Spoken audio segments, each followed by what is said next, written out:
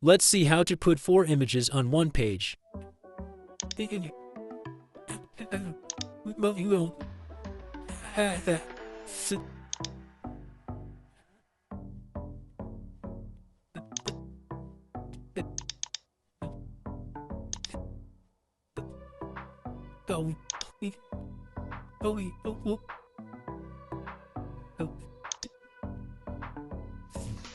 Now reduce the image size until 4 images fit in the area.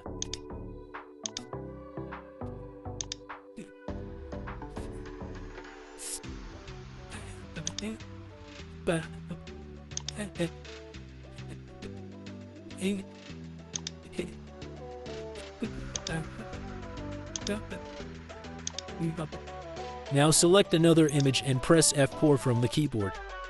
Then the size of the image will be the same as the previous image.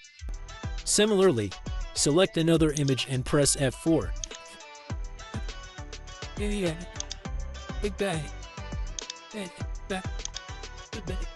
Now select an image and go to the format. Then select behind text. Now you can move the image freely.